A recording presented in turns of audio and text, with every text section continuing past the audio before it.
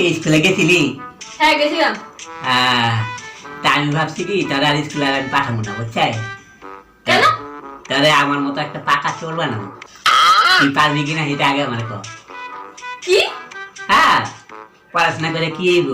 পড়াশোনা করে জীবনে কেউ কিছু করতে পারে না, বুঝছেন? তাও বইগুলো কি হবে? হ্যাঁ, বইগুলো সব জায়গার মধ্যে ফেলাই দে।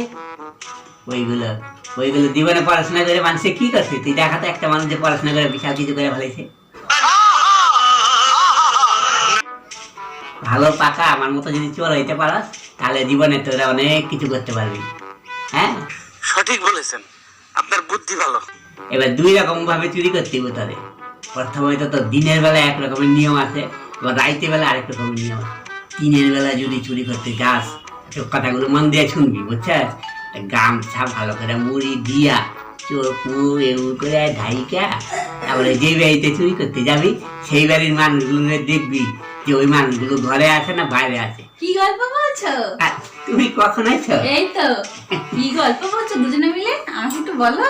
না না, সেরকম না, শোনো, আমি ওরে একটা আমার মতো টাকা চোর বানানোর চেষ্টা করতেছি, বুঝছো? কি? যদি চুপ করা চলো, আমার মতো যদি পাকা চোর হইতে পারে জীবনে আমাকে কোনো ভাতের অভাব হইব না। আমার আর কয়দিন, আমার বয়স হয়ে যেতেছে, আমি তো বুড়া বয়সে আর চুরি করতে পারবো না। এলি ওরে শিখায় রাখতেছি, বুঝছো? নিজে একটা সারাটা জীবন চুরি করে গেল লোকের বাড়িতে, আমার ছেলেটাকে ওরকম চোর তৈরি করছো তুমি? আরে তুমি রাগ করে না, শোনো, তুমি এসব রাগ করে না, আর আমি শিখাই দেয়, সেখানে দেখবে জীবনে সব কিছু সমাধান হয়ে যাবো, আমাকে আর কোনো কষ্ট হইব না। এবার শোন, রাত্রেবেলা কি হয়ে যাবি? প্রথমে তো দিনের বেলার কথা তাহলে শিখাই দিলাম। হ্যাঁ, গামছা মুমছা মুড়ি দিয়া আস্তে আস্তে যাবি।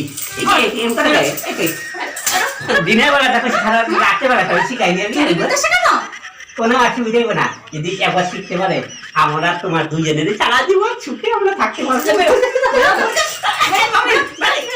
হাতে থাকো।